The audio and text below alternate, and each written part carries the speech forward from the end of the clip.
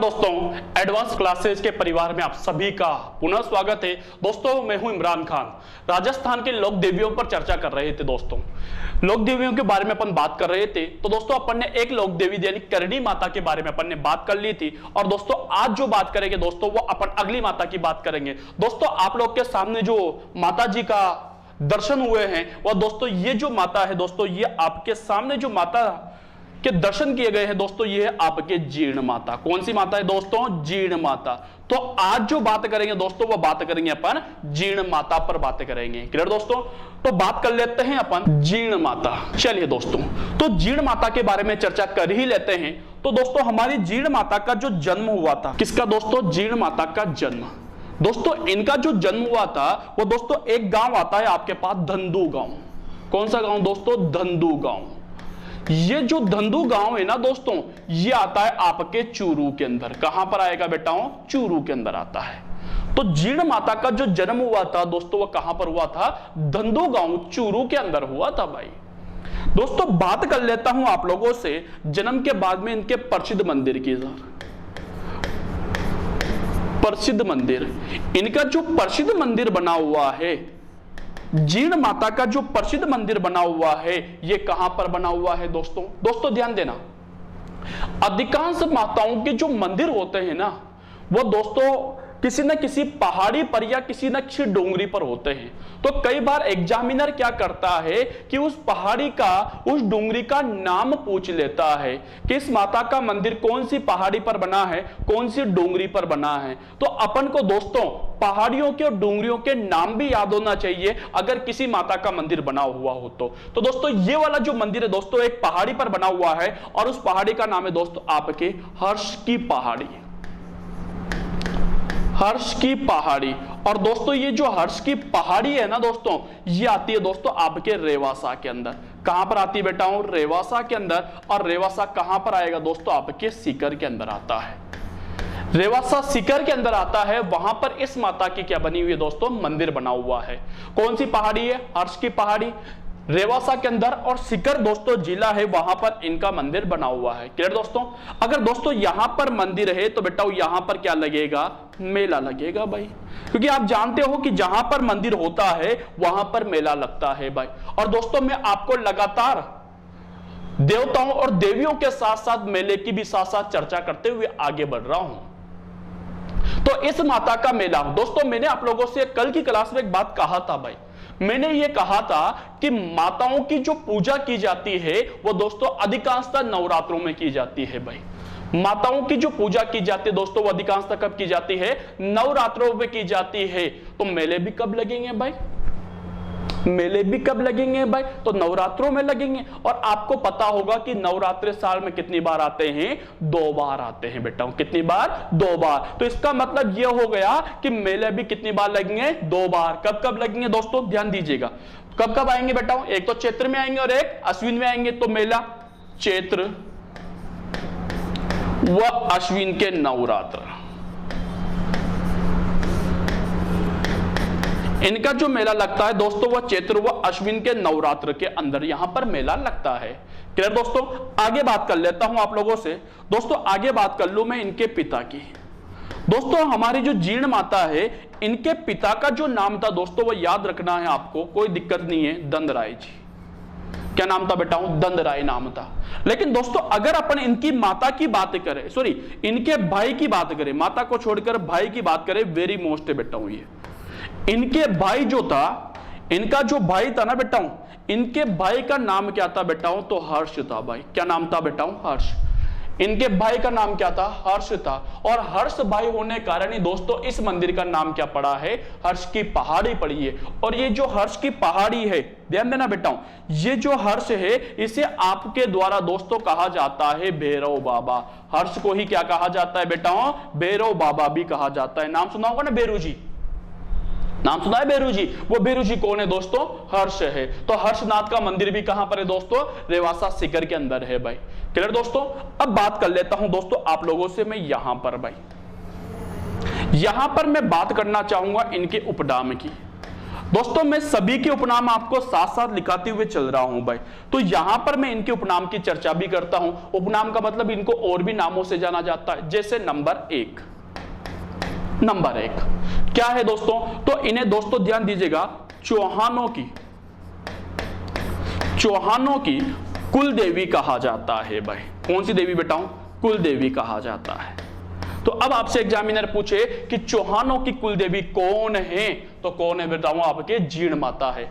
Number दो पर बात करूं दोस्तों आप लोगों से, मधुमक्खियों की देवी कहा जाता है। इस माता को मधुमक्खियों की देवी भी कहा जाता है भाई। तो राजस्थान में किस देवी को मधुमक्खियों की देवी कहा जाता है, तो जीण माता को कहा जाता है। क्लियर दोस्तों, मधुमक्खी तो समझते होंगे भाई। नंबर 3 पर बात कर लूं आप लोगों से, नंबर 3 पर बात कर लो तो दोस्तों इस माता को शराबियों की देवी भी कहा जाता है भाई। किसकी देवी बेटाओं, शराबियों की देवी भी कहा जाता है। तो राजस्थान में किस देवी को शराबियों की देवी कहा जाता है, तो कौन सी माता है बेटाओं, जीण माता है।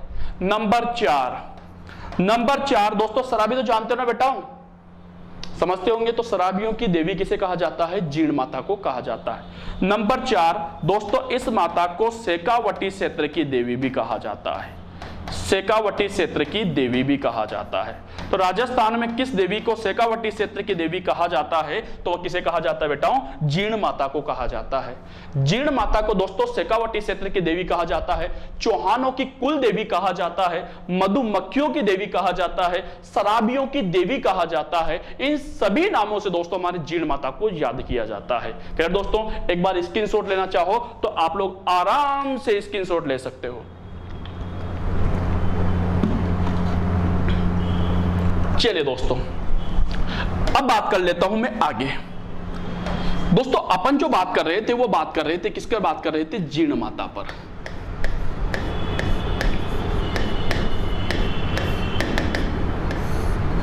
समझना दोस्तों, जीण माता पर चर्चा कर रहे थे, तो जीण माता का जो मंदिर है ना बेटाओ, जीण माता का मंदिर,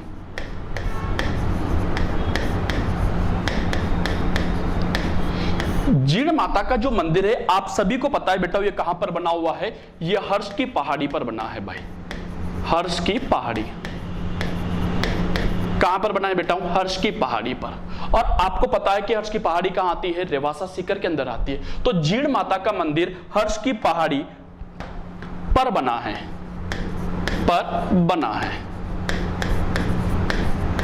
अब यहां तक तो आपको मैं पहले बात कर चुका हूं भाई, लेकिन दोस्तों अब क्या नया बताने वाले हो सारा आप में, तो देखिए बहुत इंपॉर्टेंट चीज बता रहा हूं दोस्तों।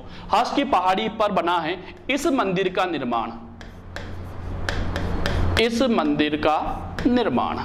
दोस्तों ये जो मंदिर बना हुआ है ना हर्ष की पहाड़ी, इस मंदिर का जो निर्माण करवाया था, किसने करवाया भाई, किसने करवाया, तो इस मंदिर का जो निर्माण करवाया वो पृथ्वीराज चौहान। नाम सुना होगा बेटा आप लोगों ने, पृथ्वीराज चौहान, पृथ्वीराज चौहान प्रथम। दोस्तों ध्यान देना, पृथ्वीराज चौहान नाम से हमारे राजस्थान के अंदर 3 राजा हुए हैं भाई, पृथ्वीराज प्रथम, पृथ्वीराज द्वितीय और पृथ्वीराज तृतीय। तो अपन जो बात कर रहे हैं वो किसकी बात कर रहे हैं, पृथ्वीराज चौहान प्रथम की बात कर रहे हैं। तो बेटा इस पृथ्वीराज चौहान प्रथम के शासन काल में, इसका शासन काल था भाई, इसका शासन काल था, तो शासन काल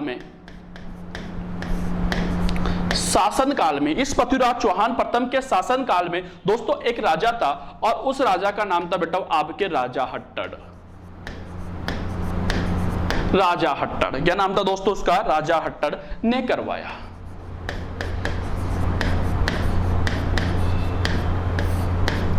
वापस समझिए दोस्तों, अब यहां से पूछा है कि जीर्ण माता के मंदिर का निर्माण किसने करवाया, तो राजा हट्टड़ ने। ध्यान दीजिएगा, अगर यूं पूछे कि जीर्ण माता के मंदिर का निर्माण किसने करवाया, तो राजा हट्टड़ ने करवाया। लेकिन किसके शासन काल में करवाया भाई, किसके शासन काल में करवाया, तो पृथ्वीराज चौहान प्रथम के शासन काल में करवाया गया था दोस्तों।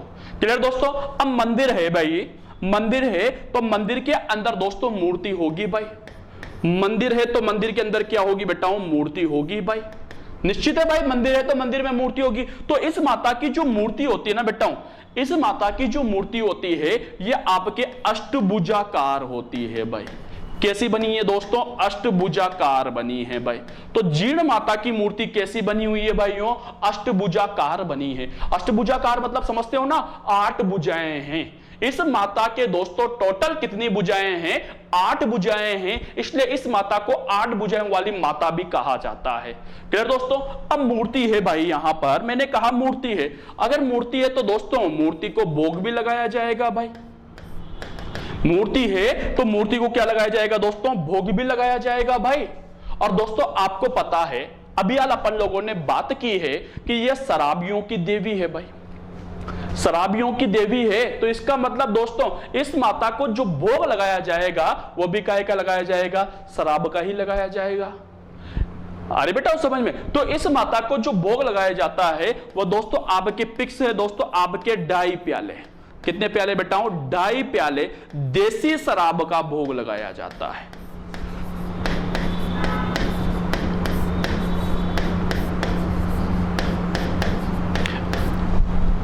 इस माता को दोस्तों 2.5 प्याले देसी शराब का भोग लगाया जाता है।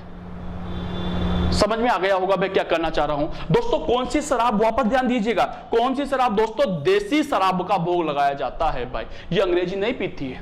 आप कहोगे सर बियर पिला दिया, माता जी बियर मांग रही है। नहीं मांगेगी भाई, वो तो वही कहेगी मेरे लिए वही लाओ वो लाओ। समझ गए होंगे मैं क्या करना चाह रहा हूं? तो दोस्तों ये वाली जो माता है, यहां पर जो भोग लगाया जाता है बेटा वो कौन सी शराब का लगाया जाएगा? देसी शराब का। और पिक्स है दोस्तों, ये नहीं सर मैं एक बोतल चढ़ा दूं, मैं एक पौवा चढ़ा दूं, नहीं चढ़ाओगे भाई। यहां पर पिक्स है दोस्तों कितना? 2.5 प्याले। यहां पर पिक्स है कि 2.5 प्याले देसी शराब का क्या लगाया जाता है? भोग लगाया जाता है। क्लियर दोस्तों? अब दोस्तों यहां तक तो अपन ने बात कर ली, अब थोड़ा सा मैं अलग हट के बात करता हूं। समझना दोस्तों अपन जो बात कर रहे हैं, अब पहले मैं समझा देता हूं दोस्तों। राजस्थान के अंदर दोस्तों आपके एक टॉपिक है, इसके बाद में स्टार्ट करूंगा, वो है दोस्तों राजस्थान के लोकगीत। आपके सिलेबस में है। तो राजस्थान के लोकगीतों के अंदर दोस्तों मैं बहुत सारे लोकगीत आप लोगों से बात करूंगा।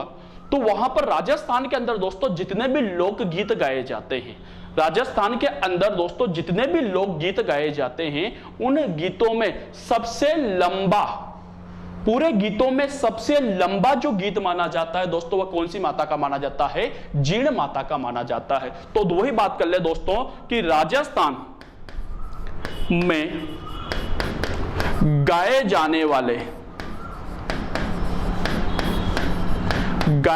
वाले गीतों में सबसे लंबा गीत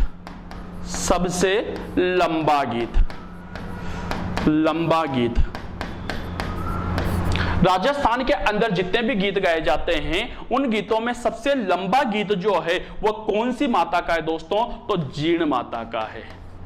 जीर्ण माता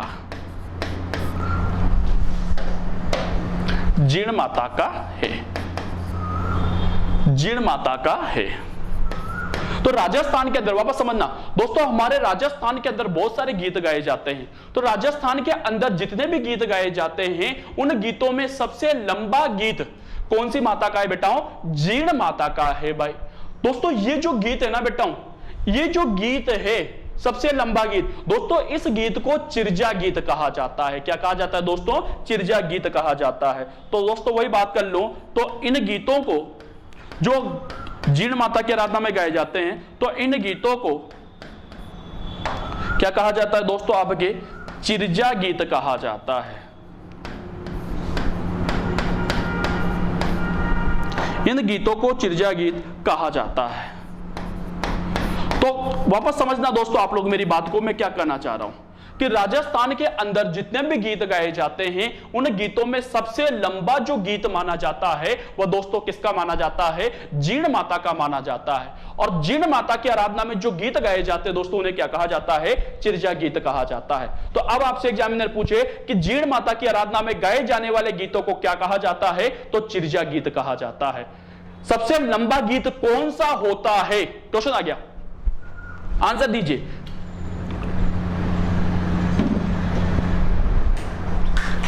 सबसे लंबा गीत कौन सा होता है? तो सबसे लंबा गीत कौन सा होगा दोस्तों? आपके चिरचा गीत होगा भाई। कौन सी देवी की आराधना में? तो जीण माता की आराधना में गाया जाएगा। क्लियर भाई? अब बात कर लेता हूं आप लोगों से, एक बात और कर रहा था भाई कि दोस्तों इस माता के मंदिर में,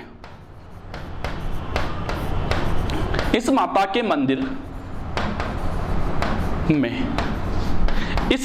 मंदिर में दोस्तों एक अखंड ज्योत जल रही है भाई, अखंड ज्योत जल रही है। अखंड ज्योत का मतलब तो समझते हो ना भाइयों, एक लगातार कंटिन्यू दिया जल रहा है भाई। दोस्तों ये जो माता है ना, इस माता के मंदिर में, इस माता के दरबार में एक अखंड ज्योत जल रही है भाई। अब दिया जल रहा है, लगातार कंटिन्यू दिया जल रहा है, तो दोस्तों या तो वो तेल से जलेगा या घी से जलेगा भाई। तो यहां पर जो दिया जल रहा है दोस्तों वो तेल से जल रहा है भाई। अब तेल कहां से लाऊं भाई? यहां पर तेल से जो दिया जल रहा है दोस्तों, उसके लिए तेल कहां से लाएं भाई? तो दोस्तों ध्यान दीजिएगा कि यहां पर इस माता के मंदिर में, जीण माता के मंदिर में भारत सरकार, हमारी जो भारत सरकार है उसकी तरफ से दोस्तों हर साल प्रतिवर्ष यहां पर दोस्तों सवा मण का मतलब होता है 50 किलो, 50 किलो तेल जो है दोस्तों वो चढ़ाया जाता है इस माता के मंदिर में। दोस्तों जीण माता के मंदिर में 50 किलो तेल जो है हर साल भारत सरकार के द्वारा चढ़ाया जाता है भाई। तो वही बात कर रहा हूं कि इस माता के मंदिर में अखंड ज्योत जल रही है। अब जल रही है तो तेल आएगा भाई। तेल कौन देगा बेटा? भारत सरकार देगी। कितना देगी भाई? 50 किलो यानी सवा मण देगी। क्लियर दोस्तों? तो यहां पर इस माता के मंदिर में अखंड ज्योत जल रही है, जिसके लिए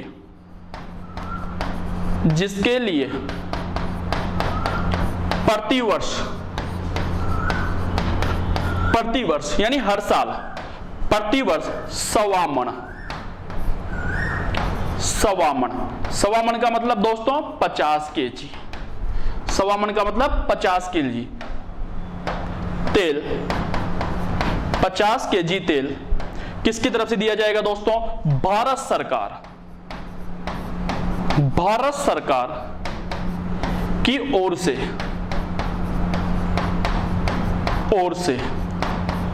भारत सरकार की ओर से चढ़ाया जाता है।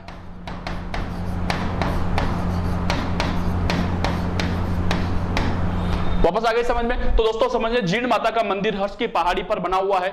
इस मंदिर का जो निर्माण है वो पृथ्वीराज चौहान प्रथम के शासन काल के अंदर हुआ था, और ये जो निर्माण हुआ था दोस्तों, ये हुआ था दोस्तों आपके 1064 ईस्वी के अंदर। 1064 ईस्वी के अंदर हुआ था। जीण माता की जो मूर्ति होती है दोस्तों वो आपके अष्टभुजाकार होती है। जीण माता को दोस्तों 2.5 प्याले देसी शराब का भोग लगाया जाता है। दोस्तों राजस्थान के अंदर जितने भी गीत गाए जाते हैं उन गीतों में सबसे लंबा जो गीत माना जाता है दोस्तों वह जीण माता का माना जाता है। दोस्तों जीण माता के दरबार में एक अखंड ज्योत जल रही है, और उस अखंड ज्योत के लिए दोस्तों जो तेल की जरूरत पड़ती है वह दोस्तों हमारे भारत सरकार की ओर से दिया जाता है, जो कि हर साल 50 किलो होता है, मतलब सवा मण होता है। दोस्तों ये जो प्रथा प्रारंभ की थी यह औरंगजेब के द्वारा प्रारंभ की गई थी भाई। क्लियर दोस्तों? तो ये थी दोस्तों हमारी कौन सी माता बेटाओ? जीण माता। क्लियर? अब दोस्तों अगली माता पर बात कर लेता हूं। जीण माता उम्मीद है सबको समझ में आ गई होगी। तो अगली माता की बात कर लेता हूं आप लोगों से। तो अगली माता है दोस्तों आपके पास आई माता।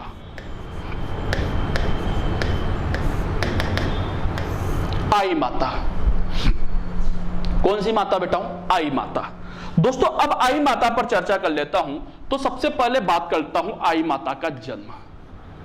दोस्तों हमारी आई माता का जो जन्म हुआ था वो दोस्तों एक स्थान आता है आपके पास, सॉरी पेन चेंज कर लूं, एक स्थान आता है दोस्तों आपके पास अंबापुर। और अंबापुर दोस्तों ये आता है आपके गुजरात के अंदर भाई। अंबापुर कहां पर आता है बेटा? गुजरात के अंदर आता है। अंबापुर गुजरात में दोस्तों इस माता का जन्म हुआ था। या यूं कह दूं कि जो जीण माता, सॉरी आई माता है, ये हमारे राजस्थान की माता नहीं है भाई। आई माता हमारे राजस्थान की माता नहीं है, ये तो कहां की माता है? कहां की माता है? तो दोस्तों ये कहां की माता है बेटाओ? गुजरात की माता है भाई। अगर दोस्तों ध्यान दीजिएगा, दोस्तों ये गुजरात की है, लेकिन दोस्तों इनके जो पिता की बात कर लेते हैं तो इनके जो पिता थे ना दोस्तों, इनके जो पिता थे उनका नाम था दोस्तों बीका। क्या नाम था दोस्तों? बीका। लेकिन दोस्तों उनका गोत्र डाबी था, तो पूरा नाम मिलता है बेटा उनका बीका डाबी। इनके पिताजी का पूरा नाम क्या था बेटा? बीका डाबी था भाई। क्लियर दोस्तों? अब दोस्तों समझना, इंपॉर्टेंट ये वाला है और सबसे ज्यादा इंपॉर्टेंट है दोस्तों ये कि इनका मंदिर कहां पर है भाई। वेरी मोस्ट करके लिखना दोस्तों इस चीज को आप। दोस्तों इनका जो मंदिर बना हुआ है, ध्यान दीजिएगा, हमारी आई माता का जो मंदिर बना हुआ है, आई माता का जो प्रसिद्ध मंदिर बना हुआ है, ये दोस्तों एक स्थान आता है आपके बिलाड़ा के अंदर। कहां पर बेटा? बिलाड़ा। और बिलाड़ा कहां पर आएगा दोस्तों? तो आता है जोधपुर के अंदर। कहां पर बेटा? जोधपुर के अंदर आता है। तो आई माता का जो प्रसिद्ध मंदिर बना हुआ है दोस्तों, ये कहां पर बना हुआ है? बिलाड़ा जोधपुर के अंदर बना हुआ है भाई। कहां पर बेटा? बिलाड़ा जोधपुर के अंदर बना हुआ है भाई। अगर दोस्तों वापस समझना, यहां पर मंदिर है तो यहां पर क्या लगेगा दोस्तों? मेला लगेगा भाई। यहां पर मंदिर है तो दोस्तों यहां पर क्या लगेगा? मेला लगेगा भाई। अरे बेटा, और दोस्तों अभी हाल में आप लोगों से एक बात कहकर निपटा हूं कि माताओं के जो मेले लगते हैं ना, वो नवरात्रों में लगते हैं। माताओं के अधिकांश की कहूंगा मैं, अधिकांश माताओं के जो मेले लगते हैं वो नवरात्रों में लगते हैं। और आप सभी को पता है कि नवरात्रे साल में कितनी बार आते हैं? 2 बार आते हैं, चैत्र में आते हैं और एक अश्विन में आते हैं। 2 बार मेले लगते हैं। लेकिन दोस्तों आई माता की बात कर रहा था मैं, तो आई माता हमारे राजस्थान की एक ऐसी माता है जहां पर बेटाओं साल में, एक साल में दोस्तों 12 महीनों में 12 बार मेला लगता है। यहां पर दोस्तों 12 महीनों में 12 बार मेला लगता है। इसका मतलब यह हो गया सर कि यहां पर हर महीने क्या लगता होगा? मेला लगता होगा भाई। तो यहां पर जो मेला लगता है दोस्तों, मैंने कहा हर महीने लगता है, तो वह लगता है दोस्तों हर माह। 12 महीने में लगेगा तो हर महीने लगेगा, तो हर माह की शुक्ल द्वितीया यहां पर जो मेला लगता है, ये दोस्तों कब लगता है? हर माह की शुक्ल द्वितीया को दोस्तों यहां पर क्या लगता है? मेला लगता है। तो आई माता का मेला कहां पर लगेगा? तो बिलाड़ा जोधपुर में। लेकिन कब लगेगा? तो हर माह की शुक्ल द्वितीया को लगता है भाई। 12 महीने में 12 बार लगता है भाई। क्लियर दोस्तों? अब बात कर लेता हूं मैं आप लोगों से यहां पर इनके उपनाम की। उपनाम 2 ही उपनाम है, दोनों याद रखने हैं भाइयों आप लोगों को। उपनाम कौन कौन से सर? तो नंबर 1, ध्यान दीजिएगा बेटा, नंबर 1 पर दोस्तों इन्हें एक जाति होती है बेटा, आपके राजपूतों की एक शाखा है सिरवी जाति। सिरवी जाति की बेटा ये आपकी कुल देवी मानी जाती है भाई। कौन सी देवी दोस्तों? कुल देवी। तो अब आपसे एग्जामिनर पूछे कि सिरवी जाति की कुल देवी कौन है, तो कौन है दोस्तों? आई माता है। सिरवी जाति की कुल देवी कौन है? तो आई माता है। नंबर 2 पर बात करूं आप लोगों से, ध्यान दीजिएगा, नंबर 2 पर बात करूं तो इस माता को दोस्तों नव दुर्गा का अवतार भी कहा जाता है। नव दुर्गा का अवतार भी कहा जाता है। तो राजस्थान की ऐसी कौन सी माता है जिसे नव दुर्गा का अवतार कहा जाता हो? राजस्थान के ऐसी कौन सी माता है जिसे नव दुर्गा का अवतार कहा जाता हो दोस्तों? वह कौन है? आपके आई माता, बिलाड़ा जोधपुर। बिलाड़ा जोधपुर। क्लियर दोस्तों? तो एक बार इसको देख लीजिए। आई माता का जन्म अंबापुर गुजरात के अंदर, पिताजी का नाम बीका डाबी था। मंदिर याद रखना है दोस्तों क्योंकि वेरी मोस्ट है। तो इनका जो मंदिर है दोस्तों वह आपके बिलाड़ा जोधपुर के अंदर बना हुआ है। राजस्थान की माता नहीं है, गुजरात की माता है। और इसका जो मेला लगता है दोस्तों वह हर माह की शुक्ल द्वितीया को यहां पर मेला लगता है। क्लियर दोस्तों यहां तक? चलिए दोस्तों आगे बात कर लेता हूं आप लोगों से। तो मैं आप लोगों से जो बात कर रहा था वह बात कर रहा था दोस्तों जीर्ण माता पर। सॉरी, मैं जो बात कर रहा था दोस्तों आप लोगों से वो बात कर रहा था दोस्तों कौन सी माता पर? आई माता पर। आई माता, ठीक बेटा। आई माता पर एक बात और बात चर्चा कर लेते हैं दोस्तों। जो आई माता है ना, आई माता, इसका जो वास्तविक नाम है, वास्तविक नाम, इनका जो रियल नाम है वो है दोस्तों आपके, क्या नाम है दोस्तों?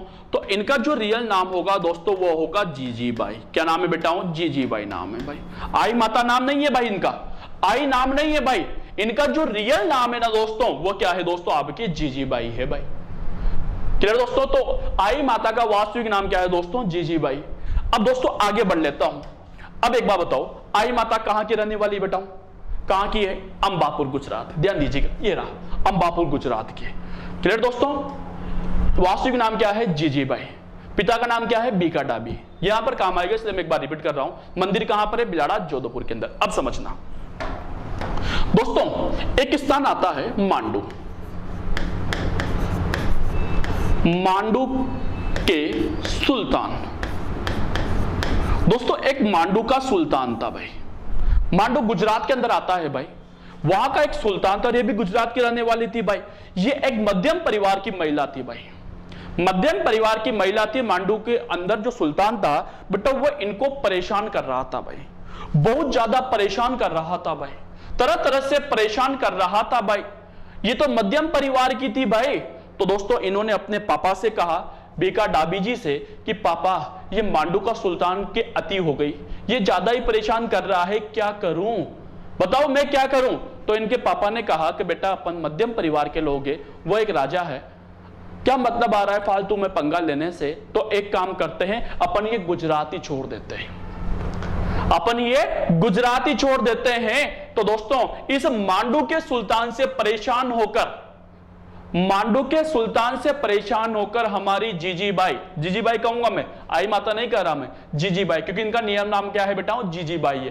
तो है दोस्तों हमारे राजस्थान में आ गई, और राजस्थान में भी कहां पर दोस्तों? बिलाड़ा, जोधपुर में आकर निवास करने लग गई। तो वापस यही बात करूंगा मैं। तो मांडू के सुल्तान से परेशान होकर, परेशान होकर आई माता, आई माता राजस्थान के, राजस्थान के कौन सी जगह पर आएगी बेटाओं? राजस्थान के कौन सी जगह पर आएगी बेटाओं? तो राजस्थान के कहां पर आएगी बेटाओं? राजस्थान के बिलाड़ा। कहां पर बेटाओं? बिलाड़ा। और बिलाड़ा कहां पर आता है दोस्तों? जोधपुर। बिलाड़ा जोधपुर, बिलाड़ा जोधपुर में आ गई। अब आ गई भाई, बिलाड़ा जोधपुर में आ गई भाई। अब यहां पर रहने लग गई भाई। अब दोस्तों एक बात बताओ, मांडू का सुल्तान इसे नहीं ढूंढ सकता था क्या?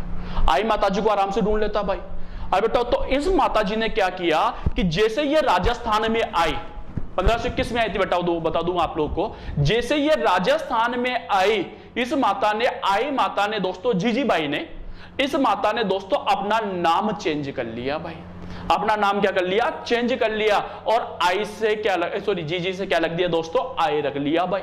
ठीक है दोस्तों। तो राजस्थान में आने के बाद, जैसे ये राजस्थान में आई ना दोस्तों, तो राजस्थान में आते ही दोस्तों इस माता ने क्या कर लिया? अपना नाम बदल लिया। तो दोस्तों वही बात करूं कि राजस्थान में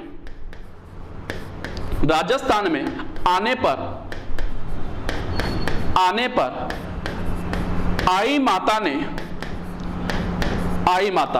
आई माता का ये नाम क्या था बेटा? जीजीबाई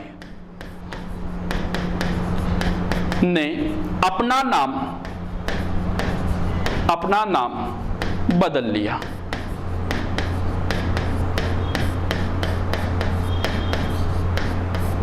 अपना नाम चेंज कर लिया भाई। राजस्थान में जैसे ही आई भाई, अपना नाम बदलकर जीजीबाई से क्या कर लिया बेटा? आई बाई कर लिया। अब राजस्थान में आ गई भाई। एक एक लाइन को समझा रहा हूं भाई मैं आप लोगों को। अब राजस्थान में आ गई भाई। तो दोस्तों यार गुजरात के अंदर से आई थी, तो गुजरात में तो इनका परिवार होगा भाई, मौसी भी होगी, तो चाचा भी होंगे, चाची भी होगी भाई। पूरा परिवार गुजरात में है भाई, कहने का मतलब। और राजस्थान में तो कोई भी नहीं है भाई। राजस्थान में तो ये दोस्तों परेशान होकर आ गई थी भाई। तो राजस्थान में तो कोई नहीं है भाई। अब राजस्थान में क्या करे भाई? किसके पास जाए मदद के लिए? किस पर विश्वास करे भाई? तो दोस्तों उस समय हमारे राजस्थान के अंदर एक बहुत बड़े देवता थे भाई। लोक देवताओं की बात कर रहा हूं। उस समय राजस्थान के अंदर दोस्तों बिलाड़ा के पास एक स्थान आता है रुणीचा। रुणीचा के अंदर एक बहुत बड़े देवता थे जिनका नाम आप सभी ने सुन रखा है दोस्तों, जिनका नाम था श्री श्री बाबा रामदेव जी महाराज। रुणीचा जैसलमेर में रहा करते थे भाई। तो दोस्तों ये बाबा रामदेव जी के पास गई। बाबा रामदेव जी से हाथ जोड़कर कहा कि बाबा रामदेव जी, मैं आपके राजस्थान में आई हुई हूं, मैं आपके राजस्थान में आई हुई हूं, आपकी शरण में आई हुई हूं, मुझे आपकी शरण में ले लीजिए। मुझे आपके शरण में राजस्थान में किसी को नहीं जानती हूं, मैं राजस्थान में के बारे में कोई बात नहीं जानती हूं, आप लोग मेरे को समझा दीजिए, आप लोग मेरे को शरण में ले लीजिए। तो दोस्तों बाबा रामदेव जी ने, अब सुनना मेरी बात को, कि बाबा रामदेव जी ने हमारी आई माता को, अब आई माता कहूंगा मैं बार बार, अब आई माता को दोस्तों क्या बना लिया बेटाओ, शिष्या बना लिया भाई। तो अब बाबा रामदेव जी के दो शिष्या थी महत्वपूर्ण, एक का नाम था डाली बाई और एक का नाम था आई माता। तो ये जो आई माता है ना दोस्तों, आई माता, आई माता को बाबा रामदेव जी ने, किसने बेटाओ, बाबा रामदेव जी, बाबा रामदेव जी ने अपनी शिष्या बनाया।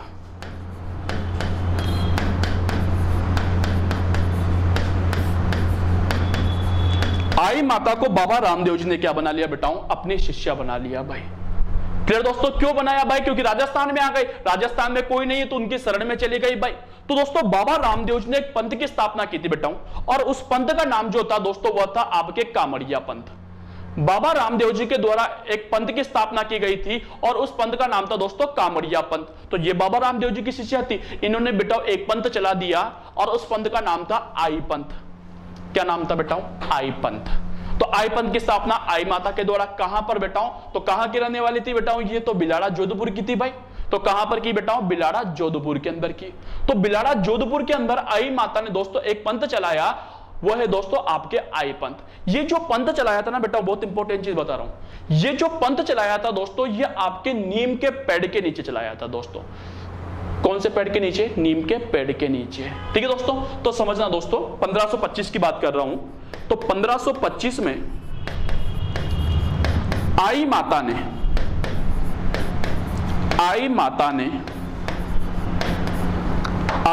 ने बिलाड़ा जोधपुर में, कहां पर दोस्तों, बिलाड़ा, और बिलाड़ा कहां पर आता है, जोधपुर के अंदर आता है। बिलाड़ा जोधपुर में ध्यान दीजिएगा, बिलाड़ा जोधपुर में कौन से पेड़ के नीचे बैठा हूं, नीम के पेड़ के नीचे। नीम के पेड़ के नीचे दोस्तों, जो नीम का पेड़ है ना, उस पेड़ के नीचे जो है वह एक पंथ चलाया और उस पंथ को क्या कहा गया दोस्तों, आई पंथ। क्या कहा गया बेटाओ, आई पंथ। आई पंथ की स्थापना,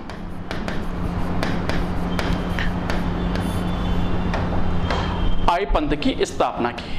समझना दोस्तों, वापस समझिए, आई माता ने किस पंथ की स्थापना की, तो आई पंथ की। आई पंथ की स्थापना कहां पर की गई, तो बिलाड़ा जोधपुर में। कौन से पेड़ के नीचे, तो नीम के पेड़ के नीचे की गई भाई। क्लियर दोस्तों, कौन से पेड़ के नीचे की गई बेटा, नीम के पेड़ के नीचे की भाई। दोस्तों कहां पर आई थी, बिलाड़ा जोधपुर में। आई पंथ की स्थापना कहां पर की गई, तो बिलाड़ा जोधपुर में। तो इसलिए दोस्तों आई माता ने, दोस्तों बता दूं आप लोगों को कि आई माता ने बेटाओ समाधि ली थी भाई। क्या ली थी बेटाओ, समाधि ली थी।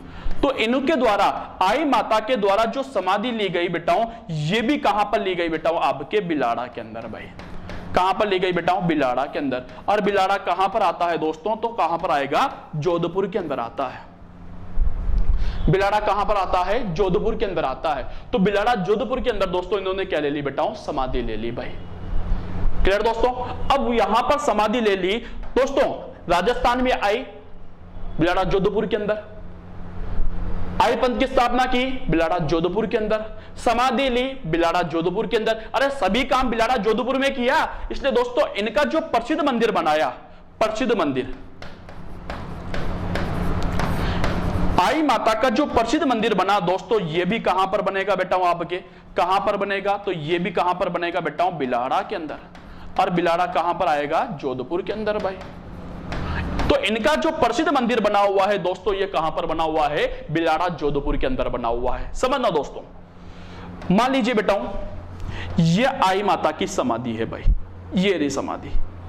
ठीक बेटा, ये समाधि है भाई।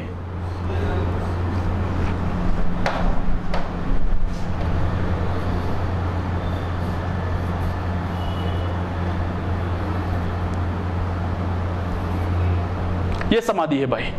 ठीक बेटा, अब दोस्तों क्या हुआ, इस समाधि के ऊपर ही दोस्तों क्या बना दिया गया है, मंदिर बना दिया गया है। ये मंदिर है, ये झंडा लगा हुआ है भाई। ये जनरल लग रहा है, ठीक है बेटा। ये तो हो गया दोस्तों, वापस समझना, ये तो हो गया दोस्तों आपका क्या हो गया बेटा, मंदिर, मंदिर हो गया। और ये क्या हो गई बेटा, आपकी समाधि, आपकी मतलब आई माता की समाधि हो गई भाई। ये समाधि है, ये उस समाधि के ऊपर क्या बना दिया बेटा, मंदिर बना दिया भाई। क्लियर? अब समझना दोस्तों, आई माता का जो मंदिर होता है ना, आई माता का जो मंदिर है बिलाड़ा जोधपुर के अंदर जो मंदिर है दोस्तों, उसे मंदिर नहीं कहा जाता भाई। आई माता का जो मंदिर है दोस्तों, उसे मंदिर नहीं कहा जाता दोस्तों। मंदिर के स्थान पर उसे आपके दरगाह कहा जाता है। क्या कहा जाता है बेटाओं, दरगाह कहा जाता है। आई माता के मंदिर को मंदिर नहीं कहा जाता भाई। आई माता का जो मंदिर है दोस्तों, उसे मंदिर नहीं कहा जाता है, उसे तो क्या कहा जाता है, दरगाह कहा जाता है भाई। लेकिन दोस्तों मंदिर के यहां पर समाधि भी है, तो जो समाधि है ना बेटा यहां पर, तो इस समाधि को भी बेटा समाधि ना कहकर क्या कहा जाता है, बडेर कहा जाता है। क्या कहा जाता है बेटा, बडेर कहा जाता है। वापस समझना, मंदिर को तो क्या कहोगे, दरगाह कहोगे भाई। मंदिर को तो क्या कहोगे, दरगाह कहोगे, और समाधि को क्या कहोगे, बडेर कहोगे। क्लियर दोस्तों? तो यह मंदिर कहां पर बना है बेटा, बिलाड़ा जोधपुर के अंदर। समाधि कहां पर है, तो बिलाड़ा जोधपुर के अंदर। अब समझना, अपन जो बात कर रहे हैं वो कर रहे हैं दोस्तों आपके आई माता पर। आई माता, तो देखिए सिरवी जाति के लोग, सिरवी जाति जानते हो ना, राजपूतों की एक शाखा होती है बेटा, सिरवी जाति की कुल देवी मानी जाती है ये। तो सिरवी जाति के लोग,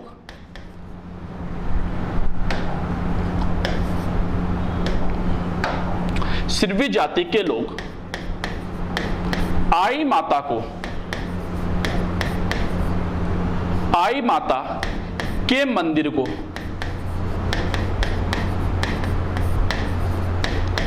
आई माता के मंदिर को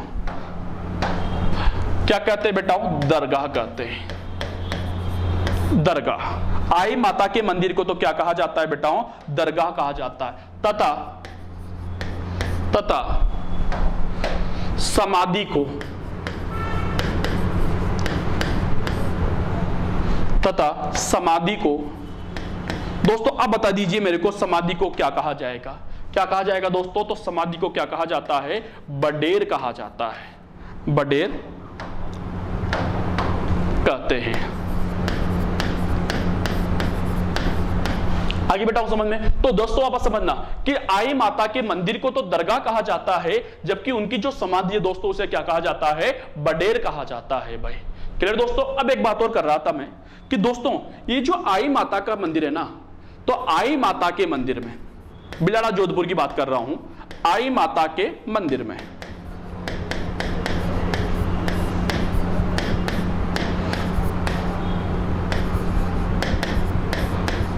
आई माता के मंदिर में अखंड ज्योत जल रही है।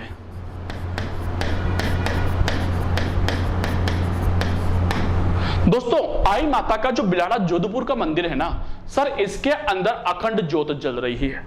फिर आप मेरे से यूं पूछोगे कि सर अखंड ज्योत तो जीण माता के मंदिर में भी जल रही थी भाई, इसमें और उसमें अंतर क्या है सर, कौन सी नई बात हो गई सर? तो समझना दोस्तों, वहां पर भी इंपॉर्टेंट क्वेश्चन यह था कि वहां पर तेल चढ़ाया जाता है भारत सरकार की ओर से। जीण माता की बात कर रहा हूं भाई, तो जीण माता को दोस्तों वहां पर जो अखंड ज्योत जल रही है उसमें भारत सरकार की ओर से तेल चढ़ाया जाता है बेटा 50 kg, यानी 1.25 मन तेल। यहां पर बात करता हूं दोस्तों, तो यहां पर बहुत इंपॉर्टेंट है बेटा कि यहां पर जो अखंड ज्योत जल रही है इसमें दोस्तों चमत्कार होता है, बहुत बड़ा चमत्कार होता है। फिर आप पूछोगे मार साहब क्या चमत्कार होता है, तो चमत्कार सुनिए मेरे मुंह से। दोस्तों यहां पर जो चमत्कार होता है वह देखिए कि यहां पर जो अखंड ज्योत जल रही है, तो अखंड ज्योत की जो लो है ना दोस्तों, लो समझ गए, तो अखंड ज्योत की जो लो है उसमें से अपने आप ही दोस्तों क्या टपकती है, केसर टपकती है भाई, अपने आप ही केसर टपकती है भाई। बड़े बड़े साइंटिस्ट, बड़े बड़े वैज्ञानिक दोस्तों इस बात को ताज्जुब मानते हैं कि यार ये केसर आ कहां से रही है भाई। माता जी का करामात है, माता जी का चमत्कार है कि दोस्तों उस में से क्या टपकती बेटा, केसर टपकती रहती है भाई। तो कौन सी माता की माता में, आई माता के। तो यहां पर आई माता के मंदिर में अखंड ज्योत जल रही है,